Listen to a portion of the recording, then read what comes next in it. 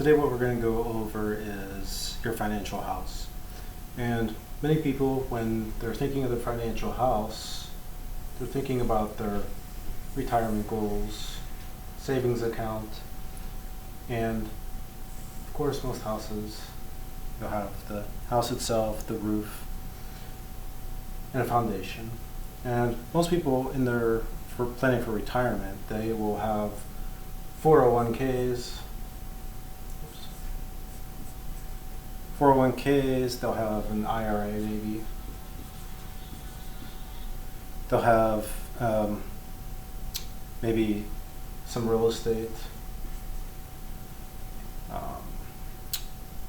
Most people also, not for retirement, but as a rule of thumb, everybody should have an emergency fund, which is anywhere, the average is 3 to 6 months worth of income saved in case something happens. In addition to these, a lot of families will have college funds for their children. And besides real estate, some individuals may have a Roth IRA, a SEP, and maybe even some mutual funds. And these are all great for retirement, planning for the future, for your children. But like any house, you have to have the foundation for your house. And as far as a financial house's foundation is concerned, there's really 3 main pieces to this. You're going to have your life insurance, your long-term care, and disability. Now, a lot of the clients I speak with and ask them about their life insurance, they say they have life insurance through their work, which is really sort of a bonus life insurance, because if the individual was to die, it more than likely wouldn't even come close to covering the costs of what the family would need to continue living as they currently live.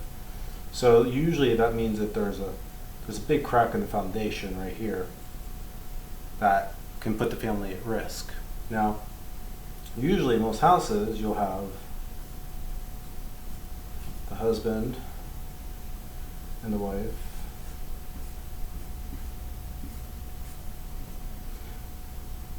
putting money into these different accounts throughout their lives, planning for the children and their retirement. Now, say for instance something happens to either the husband or the wife, and in this case we'll just take out the husband. If something happens to him, he dies, his income is no longer feeding into these accounts right here. And the wife herself immediately is going to be more concerned about the death, obviously, and need time to mourn.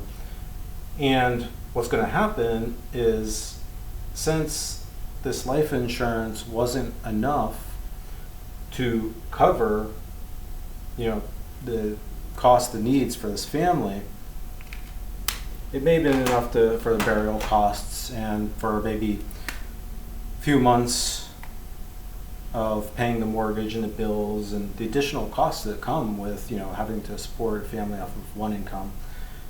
You're going to need child care in addition to this if you don't have family that are close to you. And most likely what's going to happen is the surviving spouse is going to start liquidating these accounts here, trying to maintain the lifestyle that the family is accustomed to. Now, these children right here, they're not going away, and they're going to continue to go to school, and they're going to go to college at some point. They're going to need that college fund.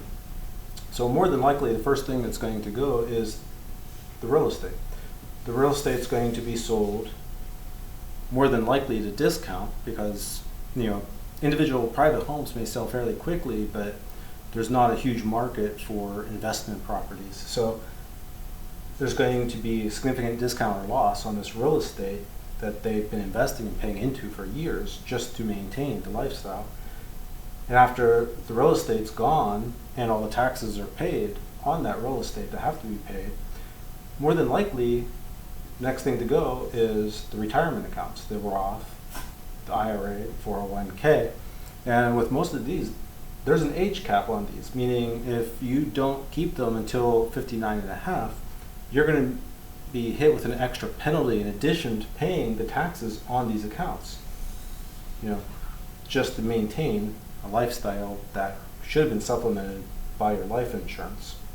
So as all these are drained, this individual, the remaining spouse, retirement is being slowly eaten away just to maintain the lifestyle for the children and the wife as they continue. Now, if for some reason, they would have looked ahead or spoke with a representative like myself, they would have determined, and up here is speculative investing, sort of skipped over that, which can be some venture capital like stock in existing companies, or even personal equity, like where you just lend money to a new startup, which is very risky. And really these are the last thing you want to invest in. The primary things to invest in is going to be your life insurance, disability, long-term care, then plan for the future for yourself and your children. Now, here you still have your 401k, real estate, SEP, Roth, mutual funds, college, emergency fund, 3 to 6 months, and IRAs. The biggest difference here is the foundation supporting the structure is built properly, meaning there is a proper amount of life insurance along with long-term care and disability. So when one spouse is gone, the other spouse can still provide for the family because the life insurance will continue to allow her to fund the college plans. We'll continue to pay the college fund, we'll continue to fund the 401k, continue to fund and pay the taxes on the real estate. So you don't have to sell real estate, don't have to liquidate your 401k retirement accounts. It's just very simple planning. The appropriate amount of life insurance can make or break a college or a family's future if planned appropriately.